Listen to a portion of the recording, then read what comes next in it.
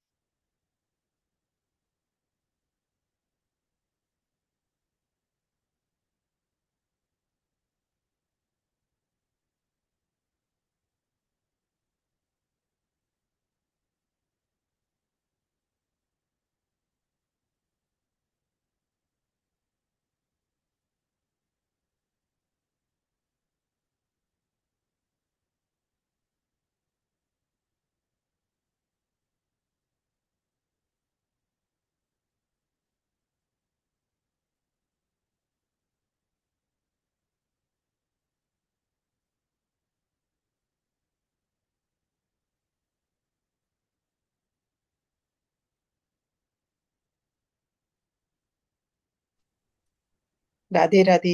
प्रणाम। नारायण नारायण।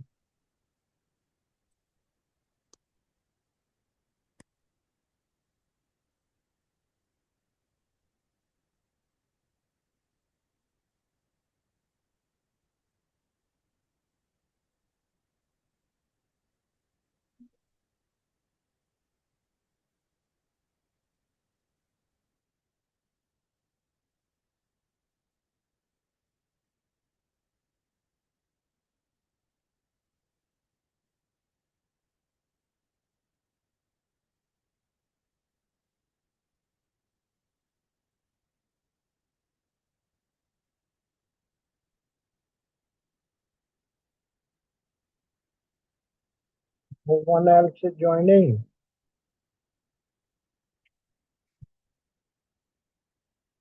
1 2 3 4। चलिए प्रारंभ करते हैं, 5 मिनट तो हो। कृष्णाय वासुदेवाय हरये परमात्मने प्रणतक्लेशनाशाय गोविंदाय नमो नमः। गुरुर्ब्रह्मा गुरुर्विष्णु गुरुर्देवो महेश्वरः। गुरु साक्षात् परब्रह्म तस्मै श्री गुरुवे नमः। श्री गुरुवे नमः।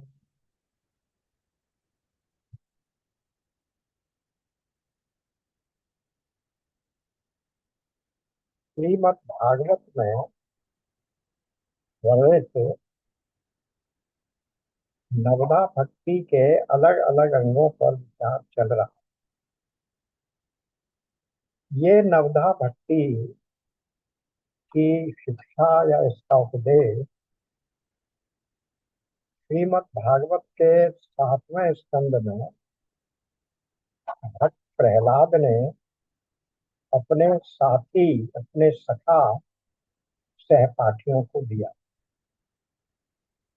उनमें से 3 हम कर रहे हैं, तीसरा कर रहे हैं। क्या था पहला? पहला था श्रवण, फिर कीर्तन, श्रवण कीर्तन विष्णु पाद सेवनम। तो हमने श्रवण पूरा कर लिया था, कीर्तन पूरा कर लिया था। कीर्तन में ही ये देखा था कि जप और कीर्तन एक ही प्रकार है। बस स्वर, स्वर से जोर जोर से बोलकर जप करने को ही कीर्तन कहते हैं। उसके अनेक विशेषताएं भी देख ली थी। फिर पाद सेवनम, और वहाँ श्लोक में शब्द है विष्णु पाद सेवनम, यानी भगवान के पाद, विष्णु को साकार मूर्ति मानकर, क्योंकि साकार में ही पाद हो सकते हैं, पैर हो सकते हैं, इसलिए उनको, उनके चरणों की सेवा करना। और उस पर हम लोग काफी विस्तार से बात कर रहे थे। तो ये पिछले सत्र में, यानी 29 को हमने क्या देखा था? नो, 29 में 23rd को देखा, 23rd को देखा था कि उन चरणों की क्या महत्ता है। चरणों की महत्ता क्यों बताई गई है, उसको फिर से समझ लीजिए। देखिए, प्रभु के चरणों में, यानी उनके पाद तल में, पंजे में, नीचे की ओर कई चिन्ह बताए जाते हैं। चिन्ह तो कहीं 8, कहीं कहीं 16 बताते हैं। तो उनमें मुख्य है वज्र, अंकुश। अंकुश वो होता है इम्प्लीमेंट, वो हथियार छोटा सा जिसके द्वारा हाथी भी नियंत्रण में आ जाता है। ध्वजा, भगवान की ध्वजा, कमल आदि चिन्ह। तो उन चिन्हों के साथ भगवान क्या क्या गुण उसके साथ एसोसिएटेड है, उनका भी ध्यान करना चाहिए। ये बात पर हम लोग विचार कर रहे थे। जैसे उदाहरण के लिए वज्र, वज्र से क्या प्रतीक है? वज्र किस चीज का प्रतीक है? कि भगवान के चरणों में अंकित वज्र, यानी भगवान के पास जो वज्र है, उस वज्र का प्रभाव क्या है? कि हमारे सारे समस्त पाप पहाड़ों का वो नाश कर देता है, खंडन कर देता है, उनको तोड़ तोड़ के समस्त नाश कर देता है। पाप के पहाड़ों का, पहाड़ के पहाड़ है हमारे पास। तो क्योंकि अनंत जन्मों के, अनंत जन्मों के संचित हैं, इसीलिए तो ये बारंबार पुनरपि मरणम पुनरपि जन्मम हो रहा है। तो उन सब वज्र, भगवान के वज्र का ध्यान करने से हमारे पापों के पहाड़ का नाश हो जाता है। जैसे भगवान स्वयं अपने वज्र से हमारे पापों का नाश कर रहे हों। फिर दूसरा आता है अंकुश। अंकुश किस पर नियंत्रण करता है? अंकुश नियंत्रण करता है हाथी पर। हाथी की विशेषता क्या होती है? कि वो साधारण रूप से, सामान्यतः नियंत्रण में नहीं आता है, और अगर मतवाला हो जाए तब तो उसको नियंत्रण में लाना और भी कठिन है। तो हमारे शरीर में हाथी की समान मतवाला होने वाला, नियंत्रण में न आने वाला कौन है? हमारा मन। जो कि गीता के 6 अध्याय में भगवान ने कहा कि असंशय महाबाहो मन दुर्निग्रहम चंचलम। इसमें कोई दो राय नहीं है अर्जुन, की मन दुर्निग्रह, आसानी से निग्रह में नहीं आ सकता और चंचल है। तो उस चंचल मन को, दुर्निग्रहम, उस चंचल मन को नियंत्रण में करने के लिए जैसे हाथी को नियंत्रण में करने के लिए अंकुश होता है महावत के पास, ऐसे ही भगवान का ध्यान, भगवान के चरणों में अंकित उस अंकुश का ध्यान हमें उस मन को नियंत्रण करने की शक्ति प्रदान कर देता है। फिर उनकी ध्वजा, भगवान की इस ध्वजा किसी भी मंदिर के ऊपर, किसी भी सरकारी संस्थान के ऊपर अगर ध्वजा लहरा दी जाए तो उसका अर्थ क्या है कि उस स्थान पर उस ध्वजा का नियंत्रण है, वो ध्वजा जिसकी प्रतीक है उसका नियंत्रण है। तो इसका मतलब क्या है कि जब हमारे मन में भगवान की ध्वजा लहरा रही हो तो हमारे मन मंदिर में उसी भगवान की ही मूर्ति स्थापित है, भगवान का ही शासन है। ये बात भी हम लोगों ने देखी थी। ध्वजा से भगवान का हमारे मन पर शासन होना है। और कमल, कमल की भीनी सुगंध होती, गुलाब की तरह बहुत तेज सुगंध नहीं होती, लेकिन कमल की जो अपनी भीनी सुगंध है वो हमारे जीवन को पुण्यों से सुरभित कर देती है। और उनके नख चंद्र की चांदनी हमारे हृदय के अंधेरे को दूर कर देगी। और न केवल जब हम इस तरह से भगवान के चरणों के प्रभाव और उनके चरणों से संबंधित गुणों का प्रभाव जो हमारे ऊपर होना है याद करेंगे तो हमें स्वतः ही अनायास ही उन चरणों के माध्यम से भगवान ने जो जो लीलाएं की हैं, जो हमारे पुराणों में अंकित हैं, उनका भी ध्यान हमें स्वतः ही आ जाए। जैसे सबसे प्रमुख लीला सब राम रामचरितमानस यानी रामावतार में जो सबसे पहले हमारे ध्यान में आती है वो क्या है? अहल्या का सुधार, अहल्या को जीवन दान, अहल्या का उद्धार। भगवान ने अपने चरण से के स्पर्श मात्र से वो प्रस्तर बनी हुई, पाषाण बनी हुई अहिल्या को छुआ और उनके स्पर्श मात्र से वो पुनः जीवित जागृत होकर खड़ी हो गई, उसका उद्धार हो गया। फिर दूसरा क्या हुआ? उससे भी पहले देखिए, रामावतार से पहले यानी रामावतार तो हुआ त्रेता युग में, उससे पहले पहले युग में, कृत युग में, सत्य युग में कथा आती है वामन अवतार। भगवान ने वामन छोटे से बच्चे के रूप में, द्वात के रूप में जन्म लेकर और बलि राजा से 3 पग पृथ्वी की मांग की। और जब वो मांग स्वीकृत हो गई तो फिर उन्हीं उन्हीं वामन वामन महाराज का, वामन भगवान का एक पैर, एक पग इतना बड़ा हो गया कि वो पृथ्वी से लेकर 14 भुवनों तक, ब्रह्मलोक तक पहुंच गया।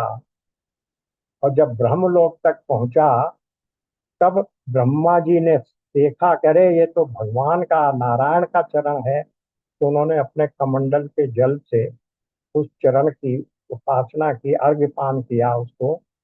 तो वही चरणों से फैला उनके चरणों की धोवन का जल ही हमारे सामने परम प्रतापमयी परम पुण्यशीला गंगा माता के रूप में प्रवाहित हो रहा है। तो ये सबसे पहले चरण की महिमा आई। फिर उसके बाद रामावतार में अहिल्या की महिमा आई। फिर इसके बाद क्या हुआ? कृष्णावतार में कालिया नाग में भगवान के चरणों से ही, कालिया नाग को भगवान ने अपने चरणों से ही उसके थन के ऊपर नृत्य करते करते ही उसको वहां से हटा दिया और उसको दूसरी जगह भेज दिया। थनों पर नृत्य करके उनका कालिया नाग का भी उद्धार किया। इस तरह से अनेक चित्र हमारे सामने उन चरणों के आते हैं। तो ये सब पाद सेवन की ही बातें कही जा रही थी। अब इसी में और थोड़ा आगे चलते हैं। थोड़ा आगे क्या है कि तुलसीदास जी विनय पत्रिका में भगवान के दर्शन नहीं मांग रहे हैं। 23 तारीख को पिछले सत्र में भी इस बात का जिक्र हुआ था, संदर्भ आया था कि श्रीमद् भागवत में स्वयं ये अंकित है कि भगवान के विग्रह का दर्शन कैसे करना चाहिए।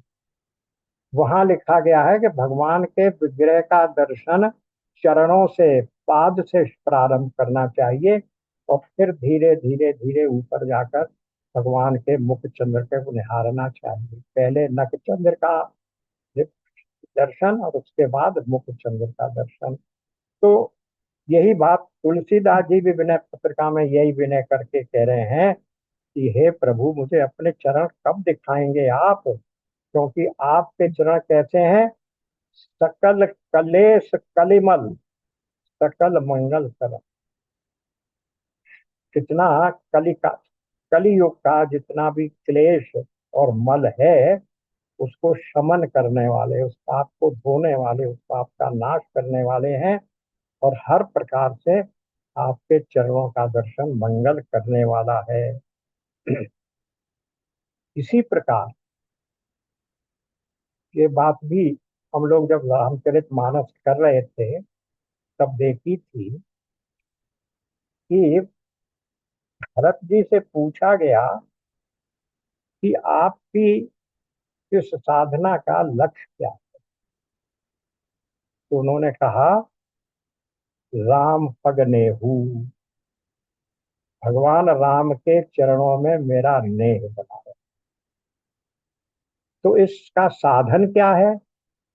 राम पग नेहू, राम के चरणों में ही स्नेह बना रहे, उनकी ही भक्ति उसी का साधन है। यानी भक्ति में साधन भी राम पद का नेह है, राम पद की प्रार्थना, और उसी प्रार्थना से जो सिद्धि है, राम की प्राप्ति भी उसी प्रकार से राम के पद की भक्ति की जो साधना है उसी साधना से वो साध्य भी प्राप्त हो जाए। तुलसीदास जी ने एक छोटे से चुपाई में कह दिया, क्या कह दिया? साधन सिद्धि राम पग नेहू। राम के चरणों की उपासना, उनके प्रति प्रेम, उनके प्रति भक्ति ही साधन भी वही है और सिद्धि भी वही है। तो इस प्रकार भगवान के चरणों में प्रार्थना, भगवान के चरणों में प्रेम, अनन्य भक्ति, भगवान के चरणों की अनन्य भक्ति ही सभी जगह भक्तों ने मांगी है। फिर उनके चरण कमलों के प्रति ही निश्चल प्रेम की आकांक्षा तुलसीदास जी ने स्थान स्थान पर की। उत्तरकांड में भी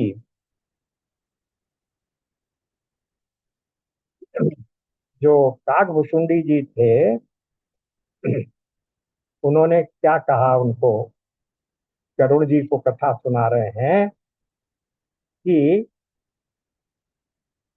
मनुष्य के जीवन का स्वार्थ क्या है और पुरुषार्थ क्या है? मन क्रम वचन राम पद नेहा। उत्तरकांड में जब काकभूषुंडी और गरुड़ संवाद हो रहा है तब काकभूषुंडी जी ने समझा रहे हैं कि सारे संसार के जीवों के स्वार्थ का निष्कर्ष क्या है, उनके उनका भलाई किसमें है, किस वो लक्ष्य क्या होना चाहिए? मन क्रम वचन, मन से, काया से और कर्म से राम पद नेहा, राम जी के चरणों में भक्ति। और इससे पहले अयोध्या कांड में भी आ चुका है ये बात, वो वाला संदर्भ बार बार आ जाता है क्योंकि बहुत बहुत महत्वपूर्ण है कि जब राम जी को वनवास, राम और सीता वनवास के लिए निकल गए और पहले दिन जाकर श्रृंगवेरपुर नाम के छोटे से गांव में निवास किया तो वहां राम और सीता तो सो रहे हैं कुश की सैया पर, जो वहां के मल्लाहों के राजा निषाद राज ने बनाई थी। निषाद कहते हैं मल्लाह को। वो मल्लाहों का राजा था, इसलिए निषाद राज वहां कहा गया है। और उन दोनों के बीच में बातचीत हो रही है, जिसमें निषाद बहुत ही दुखी है और केकई के प्रति बहुत उनके मन में द्वेष है। तो बहुत कुछ कह रहे हैं, तो वो दोहा तो हम लोगों को बार बार चौपाई याद रहती ही है, इस संदर्भ में आती भी है कि कोई न काहू सुख दुख कर दाता, निज कृत कर्म भोग सब घाता। एक बात तो उन्होंने ये समझाई थी, ये थी कर्म का भोग सब भोगते हैं, तुम दोषारोपण किसी पर गलत कर रहे हो। फिर दूसरी बात उन्होंने कहा, जो उनको उपदेश दिया कि देखो सखा, परम परमारथ एहू, इस सब को भूल जाओ। परम परमार्थ, परम कल्याण देने वाला, पराकाष्ठा भक्ति की, और तुम्हारे जीवन के लक्ष्य की परमार्थ क्या है? मन क्रम वचन राम पद नेहू। वहां यहाँ लक्ष्मण जी कह रहे हैं, परमार्थ की बात कर रहे हैं, तो व्यक्ति का कल्याण काहे में है? मन क्रम वचन राम पद नेहू। बिल्कुल यही पद कहाँ कहा गया? उत्तर कांड में। फिर काकभूषुंडी जी के मुख से कहलवा दिया कि तुलसीदास जी ने, स्वार्थ जीव एह एहा, मन क्रम वचन राम पद नेहा। जो का त्यों बात आ गई। तो ये इस प्रकार से भगवान के चरणों के चरण कमलों की में श्रद्धा, उनमें भक्ति, उनका उनके दर्शन के प्रति अनुराग आकांक्षा, ये सब हमारे स्वार्थ और कल्याण और परमार्थ के हेतु हैं। तो इसलिए यहाँ पर बार बार पाद सेवनम को भक्ति का एक अंग माना गया।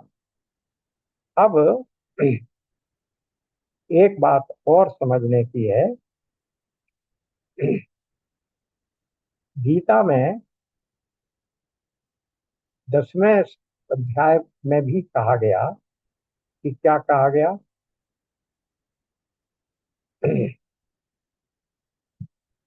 10.42,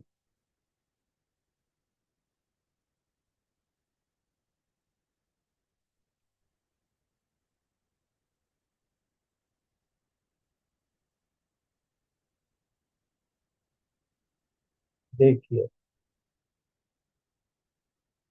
हे अर्जुन,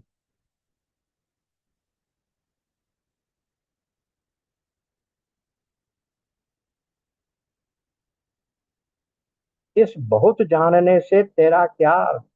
ये 42nd श्लोक 10वें अध्याय का अंतिम श्लोक है।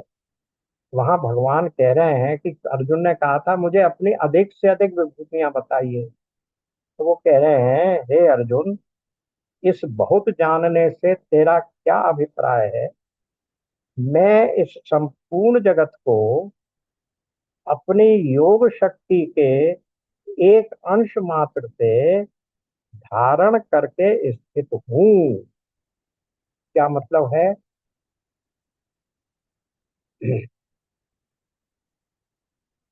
संपूर्ण जगत को अपने एक अंश में ही स्थिरता पूर्वक धारण कर रखा है। तो पाद सेवन का अर्थ क्या हुआ? भगवान प्रभु के पाद स्वरूप, अंश स्वरूप इस चराचर जगत को धारण करने वाला भगवान का स्वरूप है। उनका एक पाद ही इनफ है इस सारे जगत को धारण करने के लिए। तो आत्म शुद्धि की दृष्टि से इसका बहुत बहुत विस्तार किया जा सकता है। कई जगह नारद भक्ति सूत्र की व्याख्या करते हुए भी ये कहा गया कि ये जो पाद सेवन है, इसके अंतर्गत भगवान विष्णु यानी अपने इष्ट देव की प्रतिमा के चरणों की सेवा करना भी स्वीकृत है।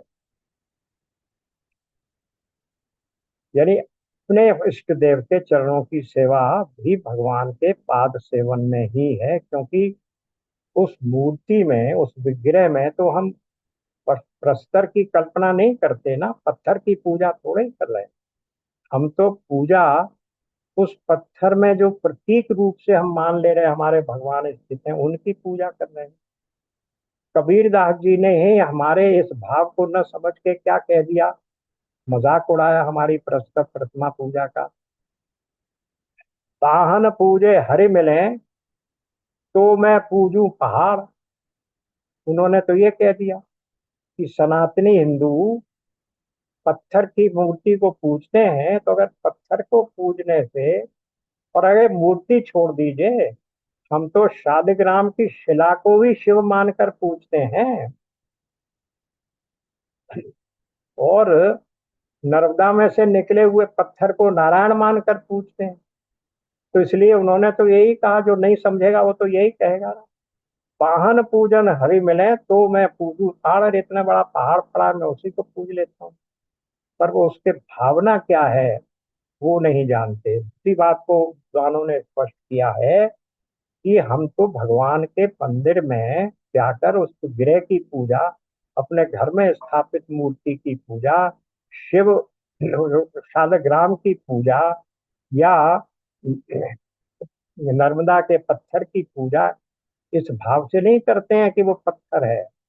हम तो इसमें बैठे हुए स्वयं भगवान को अंतर्दृष्टि से उस भगवान के दर्शन करते हुए उसकी पूजा करते हैं।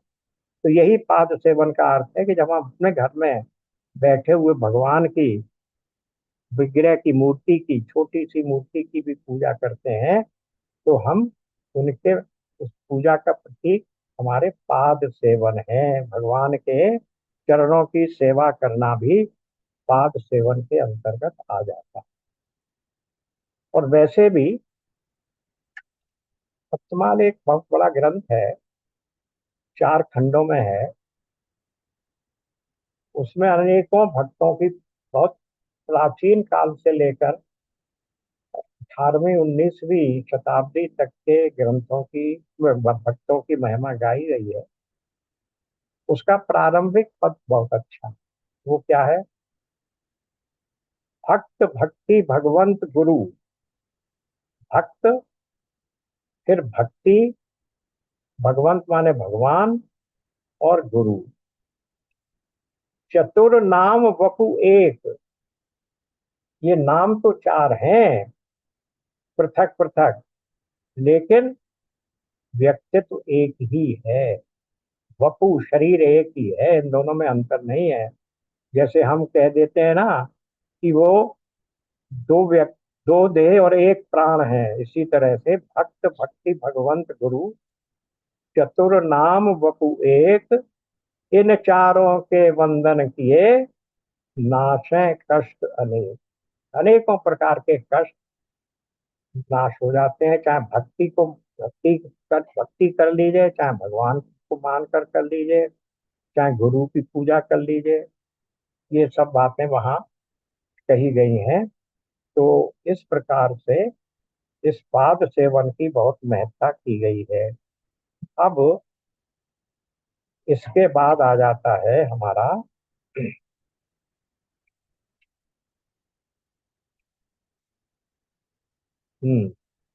अर्चन। हमने 3 कर लिए, श्रवण, कीर्तन, पाद सेवन। अब हम आ गए अर्चन। अर्चन शब्द का प्रयोग हम लोग बहुत साधारणतः करते रहते हैं। अर्चा पूजा शब्द कहते हैं हम लोग। जब भी कहते हैं कि हाँ, हम भगवान के विग्रह की अर्चा पूजा करते हैं, हमने अपने घर में मंदिर स्थापित कर रखा है, भगवान के अपने अपने भगवान की अर्चा पूजा करते रहते हैं। लेकिन अर्चन शब्द का अर्थ क्या है, वो थोड़ा सा समझिए। अर्चन का साधारण तो अर्थ पूजा ही है। ये दोनों पर्यायवाची है, इसीलिए पूजा और अर्चन शब्द का प्रयोग हम साथ साथ कर लेते हैं। लेकिन का विशेष अर्थ क्या है? श्रवण आदि से अतिरिक्त क्योंकि श्रवण कीर्तन पाद सेवन तीन हो गए। तो इनसे अलग हटकर विष्णु की प्रीति प्राप्त करने हेतु किए गई क्रिया को उनकी प्रतिमा को गंध पुष्प आदि अर्पण करने को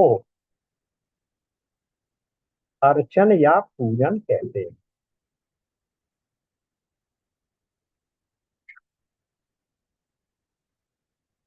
अपने इष्ट देव के प्रति मन लगाने का, अब ये अर्चन का प्रभाव क्या है? अपने इष्ट देव के प्रति मन लगाने का, अपने प्रेम भाव को दृढ़ करने का ये सबसे सुगम और शास्त्रीय उपाय है अर्चन।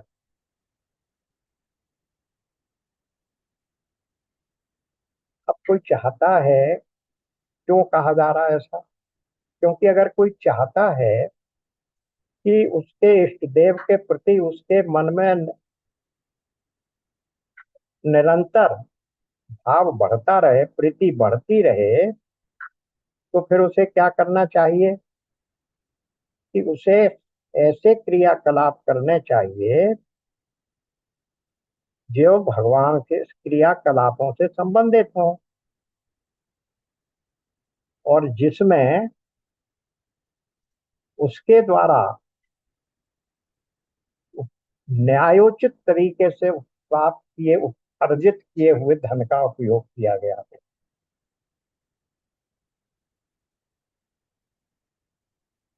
ध्यान दीजिए, हम लोग बार बार कहते हैं धर्म के 10 लक्षण, उनमें शौच, गीता में कई जगह बताया शौच। मनुस्मृति में धर्म के 10 लक्षण बताए गए। शुचिता, 12वें अध्याय में गीता में शुचिता आया। वहां सबसे महत्वपूर्ण शुचिता किस बात की है? शुचिता का अर्थ है पवित्रता, बाहरी और आंतरिक पवित्रता। लेकिन उसमें सबसे महत्वपूर्ण पवित्रता है हमारे द्वारा अर्जित धन की पवित्रता। क्योंकि अधिकांश रूप से जितना भी धार्मिक कृत्य हम करते हैं उसको करने के लिए द्रव्य की यानी धन की आवश्यकता होती है। और यदि वो धन ही अधार्मिक तरीके से प्राप्त किया गया है, उपलब्ध कराया गया है, तो उसके द्वारा किए गए किसी भी अनुष्ठान से कोई हमें धर्म प्राप्त नहीं हो सकता। इसलिए द्रव्य की शुचिता पर सबसे अधिक जोर दिया गया है। तो वो कह रहे हैं कि धन की शुचिता न्याय पूर्वक तरीके से, शास्त्रोक्त तरीके से प्राप्त किए गए धन से जो उपलब्ध वस्तुएं हैं उनका भी प्रयोग हो। तो अब इसको अर्चा को करें कैसे? अर्चन की विधि भी बताई है विद्वानों ने। अर्चावतार के रूप में प्रभु की प्रतिमा को या तो मंदिर में, देवस्थान में, या अपने ही घर के किसी कक्ष में प्रतिष्ठित कर दें और सामर्थ्य के अनुसार भगवान की अर्चना करें। अब ये अर्चना का एक हम लोगों ने देखा होगा, जब घर पर भी हम दीपावली आदि पर कोई भी अनुष्ठान पर भगवान की पूजा करते हैं तो वो षोडोपचार कहलाता है। षोडशोपचार, उपचार कहते हैं अगे उसके 4 प्रकार से किया जा रहा है, और षोडश कहते हैं 16 को। तो भगवान की पूजा के लिए, उनकी अर्चना के लिए तैयारी करने के लिए 16 प्रकार की सामग्री, 16 प्रकार की विधाएं की जाती है। सबसे पहले स्नान कराना, फिर उसके बाद भोग लगाना, इत्यादि इत्यादि करके कुल मिलाकर 16 हो जाती है। इसमें पूरा समय लगता है, पूरा ध्यान से करना होता है। संक्षिप्त रूप में किया जाए तो पंचोपचार, 5 साधनों से ही, 5 क्रियाओं के द्वारा ही भगवान की पूजा की जा सकती है। लेकिन इसके पंचोपचार से कम पर पूजा नहीं होनी चाहिए। पंचोपचार करके ही, उपचार करके, ये कर्मकांड के जो पंडित जी को पूजा कराने आते हैं वो जानते हैं। अब सबसे मुख्य बात इसमें क्या, इसके पीछे भाव क्या, भाव ये है कि भगवान को तो कुछ चाहिए नहीं, ना भगवान को आपके द्वारा स्नान कराए जाने की आवश्यकता है, ना आपके द्वारा श्रृंगार कराए जाने की आवश्यकता है, क्योंकि उस पूजा में आता है भगवान को वस्त्र अर्पण कीजिए, फिर भगवान को भोग प्रदान करिए, उसके बाद आता है इसको मुख शुद्धि के लिए वो दीजिए तांबूल मुख फलम, वो सब चीजें आती हैं। तो भगवान को इनमें से किसी वस्तु की आवश्यकता तो नहीं है, लेकिन भगवान ये जानते हैं कि क्योंकि ये भक्त कर रहा है तो उसकी भक्ति को और दृढ़ करने के लिए अपने आप को अशक्त समझकर उन पर भक्त पर निर्भर रहते हुए उनके द्वारा किए हुए इस प्रकार के षोडोपचार को आराम से स्वीकार कर ले। भाई आप दूसरे व्यक्ति को कब नहला स्नान कराएंगे, बच्चे को ही तो स्नान कराते हैं। जो वयस्क है वो तो स्वयं स्नान कर ले आता है, स्वयं अपने शरीर को सुखा लेता है, कपड़े भी पहन लेता है और नैवेद्य भी प्राप्त कर लेता है। फिर कहते हैं नैवेद्यम निवेदयम निवेदयामी तांबूल पंगी फलम दर्शयामी, ये सब होता है। तो भगवान को हम एक अशक्त व्यक्ति की तरह ये सारे उनके दैनिक नियम के कार्य करवा रहे हैं, लेकिन ये भगवान की महती कृपा है भक्त के ऊपर कि वो सबको स्वीकार करते हैं और इस प्रकार से भगवान के प्रति भक्ति भक्ति बढ़ती जाती है। भक्तों की इच्छा के अनुसार स्नान, वस्त्र, चंदन, धूप, दीप, नैवेद्य आदि को अंगार करके फिर उनकी स्तुति प्रार्थना को श्रवण करके उनकी मनोकामना पूर्ण करने वाले अर्चावतार रूप की प्रभु विग्रह की महिमा अपार है। ये बात हो गई अर्चना। अब बात यहाँ पर आई कि भगवान की प्रतिमा की ही तो अर्चा करेंगे, भगवान की प्रतिमा के ही तो पाद की पूजन करेंगे, भगवान के ही का ही तो भोग लगाएंगे। यानी प्रतिमा का ही माध्यम है हमारे पास, चाहे वो शालिग्राम की हो चाहे बिहारी जी की हो, प्रतिमा ही तो हो। तो इस प्रकार की प्रतिमा कैसे बनती है इसका भी शास्त्रों में विधान है। कर्मकांड की पुस्तकों, प्रतिमाएं 8 प्रकार की हो सकती। सबसे साधारण रूप से सामान्य से जो अधिकांश प्रतिमाएं हैं वो है पत्थर की, शैल की पत्थर। दूसरी काष्ठ की, जैसे जगन्नाथ भगवान की प्रतिमा जगन्नाथपुरी में जो है वो काष्ठ की प्रतिमा है। हर 12 वर्ष बाद वो प्रतिमा बदली जाती है काष्ठ की, दूसरे बढ़ई उसको फिर बनाते हैं वहीं दूसरी। फिर धातुमय,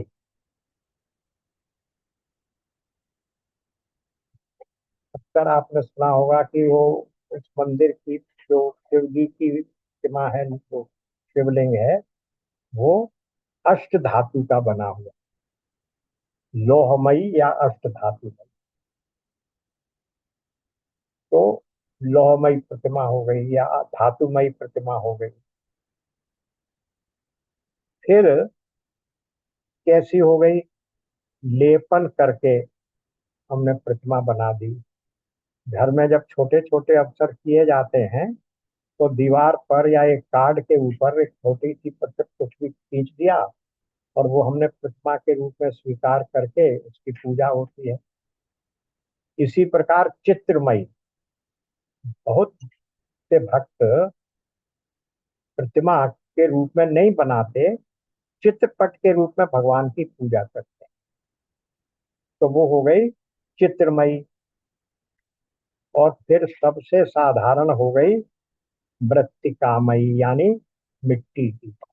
दीपावली पर आपको याद है भी, दीपावली होकर गई है, हर घर में शिव जी, उस गणेश लक्ष्मी की मूर्ति मिट्टी की खरीद कर आती ही आती है, जिसकी पूजा की जाती है। ये तो हुई भौतिक जगत की प्रतिमा, यानी फिजिकल फॉर्म ऑफ प्रतिमा। लेकिन दो प्रकार की प्रतिमा और हैं, मनोमयी और मणिमयी। अपने मन में हमने किस प्रकार का भगवान का चित्र बना रखा है, और उस आकार की, उस प्रतिमा की हम मन ही मन पूजा करते हैं। उस मन में बनाए हुए चित्र की पूजा मन से ही करते हैं। ये हो गई मनोमयी। लेकिन एक और भी है, जिसको कहते हैं मणिमयी। इसका उदाहरण है स्फटिक मणि। स्फटिक मणि अगर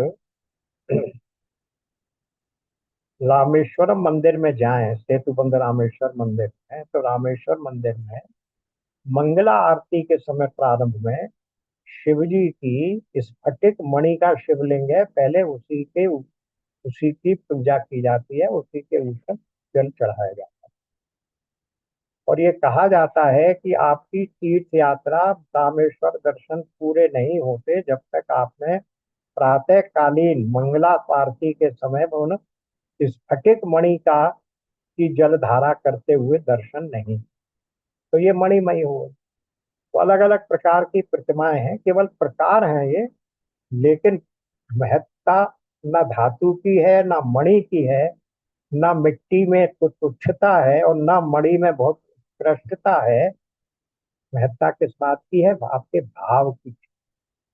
अब देखिए भाव कैसे है। जब तक प्रतिमा में साक्षात प्रभु बुद्धि न हो, ये पत्थर नहीं पूज रहा हूं मैं, मेरे प्रभु साक्षात वहां बैठे हुए हैं,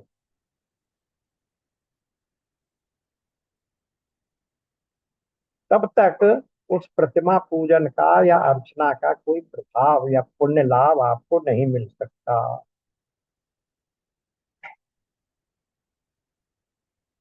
अर्चक की श्रद्धामयी वृद्धि के कारण ही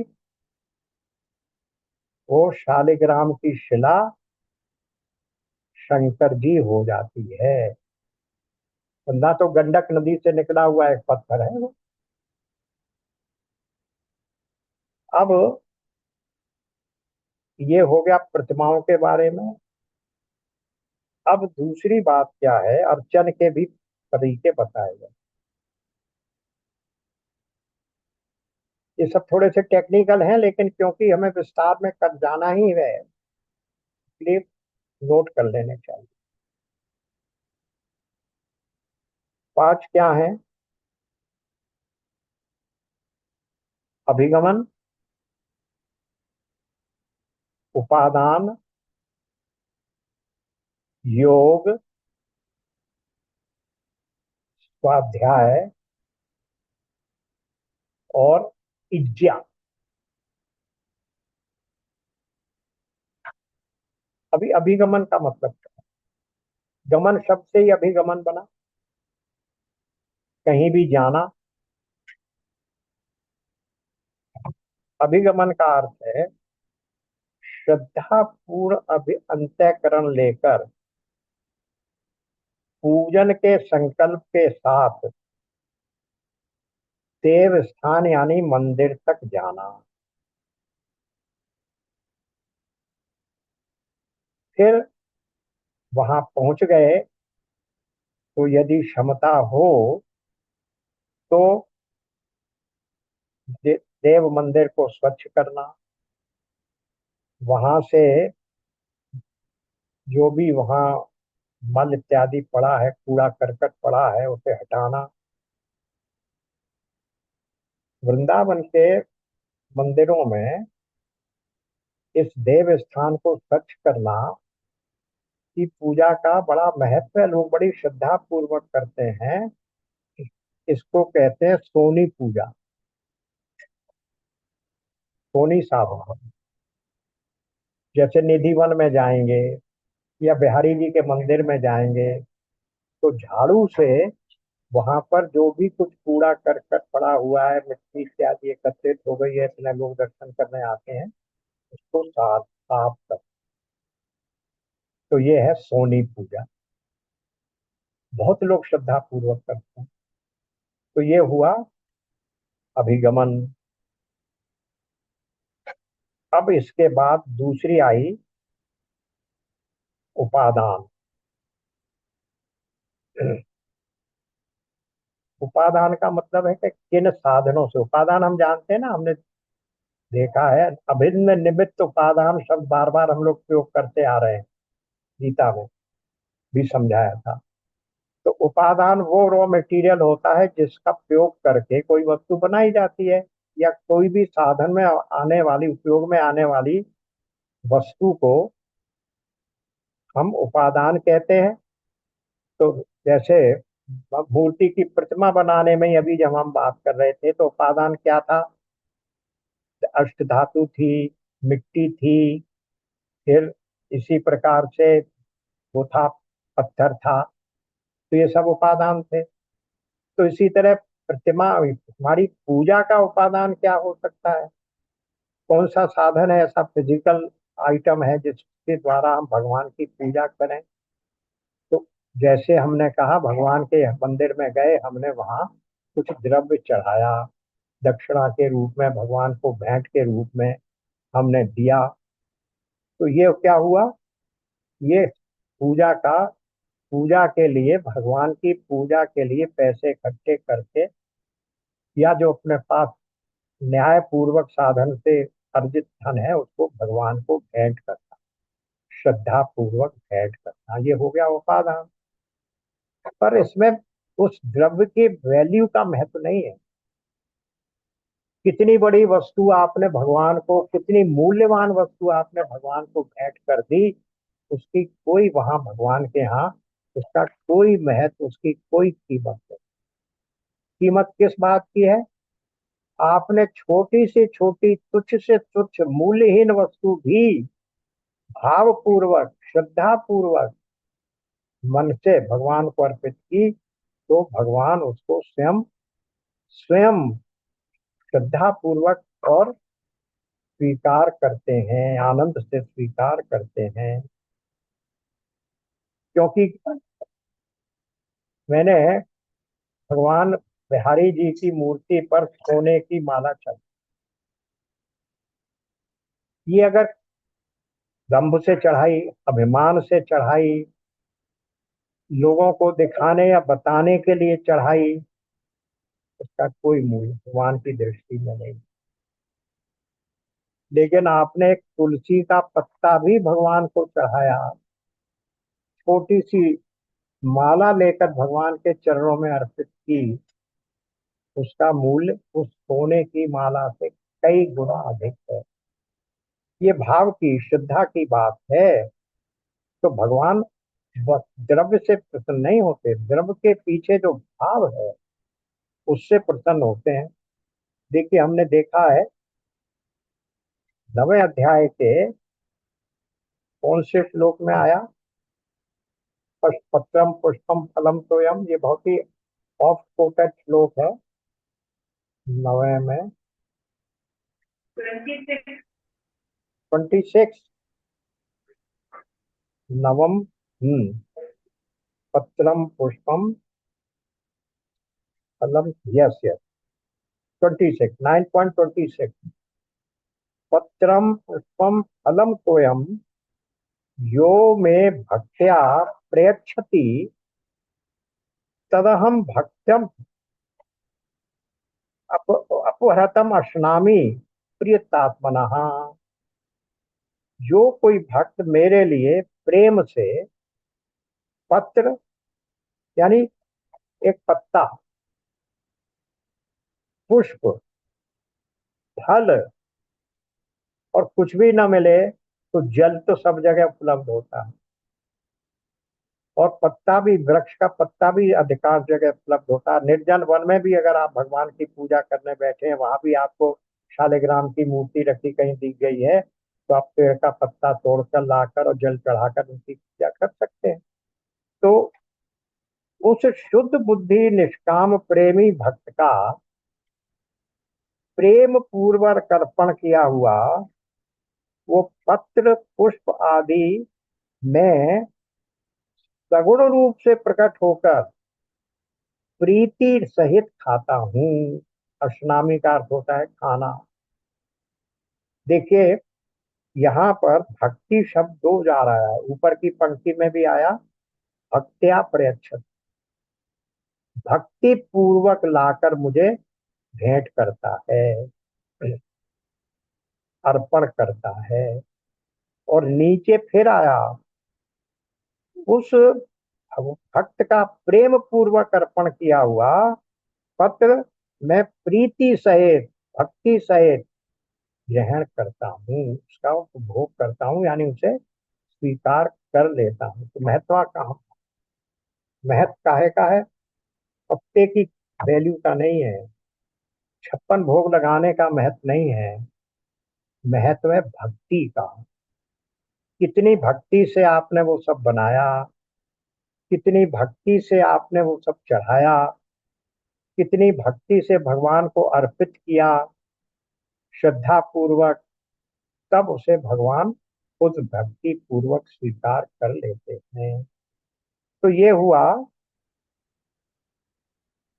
वस्तु की, ये उपादान चल रहा है अभी, उपादान वस्तु को अर्पित अर्पित करना। और इसके उदाहरण हम लोगों ने गीता में, हमने रामावतार में भी देखे हैं और कृष्णावतार में भी देखे हैं। रामावतार में क्या है, सबको जग जाहिर है, सब जानते हैं। शबरी ने भगवान को 56 भोग नहीं लगाए थे, उसके पास तो कुछ भी नहीं था। वो तो जंगल से जाकर मीठे मीठे फल एकत्रित करके रखती थी, और जिस दिन भगवान आए उन्हीं में से उसने भगवान को अर्पित कर दी। तो शबरी के बेर, और सुदामा के तंदुल, और विदुरानी के छिलके भगवान ने कितनी अच्छी तरह साफ। शबरी ने तो बेर ही दिए थे, सुदामा क्या ले गए थे भगवान के पास?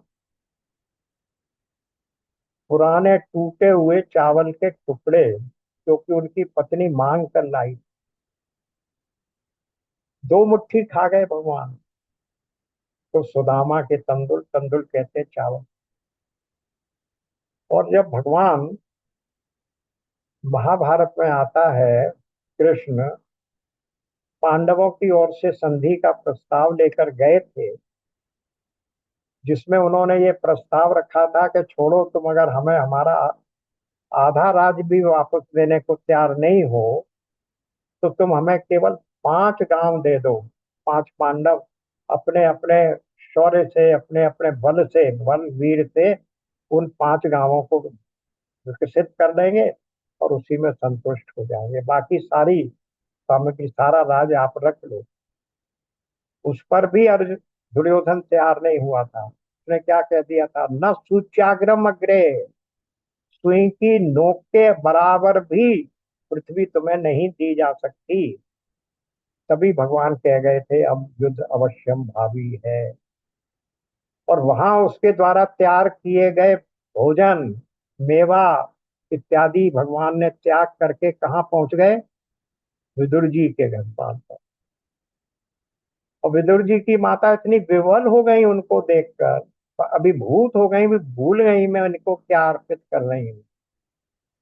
केले केले फेंकती रही और छिलके छिलके भगवान को अर्पित करती रही, और भगवान प्रसन्नता पूर्वक उसे ग्रहण करते रहे।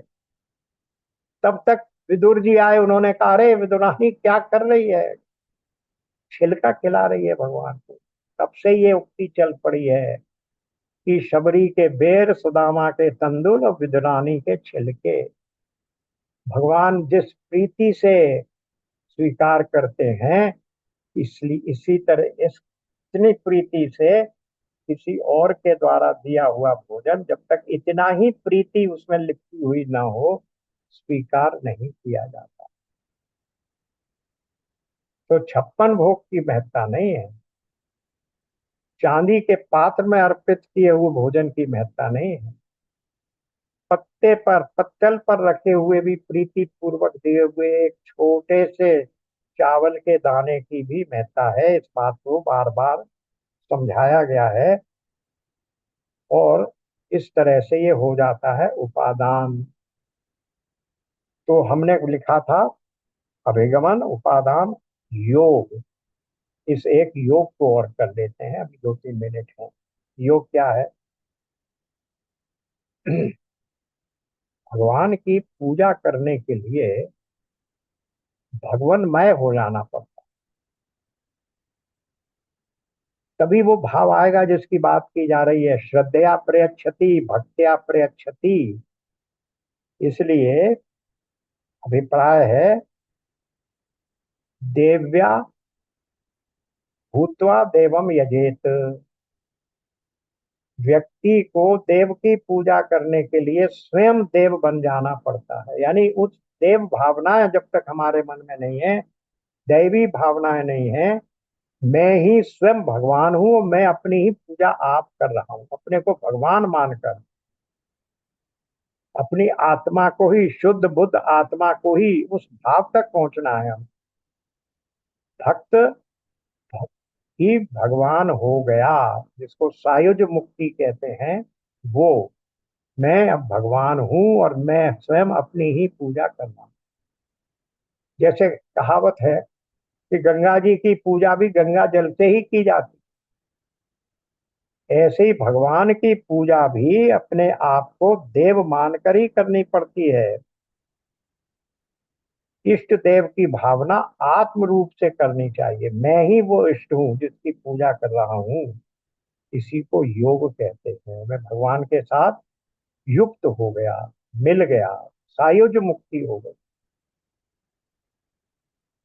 अब इसको यहीं विराम करते हैं, अभी दो और रह गई, कुछ थोड़ा सा और है इस विषय में, तो नेक्स्ट सेशन में लेंगे। तो ये हमारा चतुर्थ भक्ति चल रही है नवधा भक्ति में से।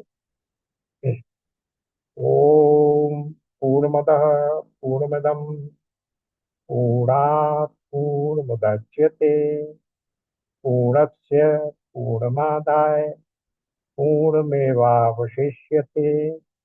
ओम शांति शांति शांति। नारायण नारायण। नमस्कार। राधे राधे। सबको धन्यवाद।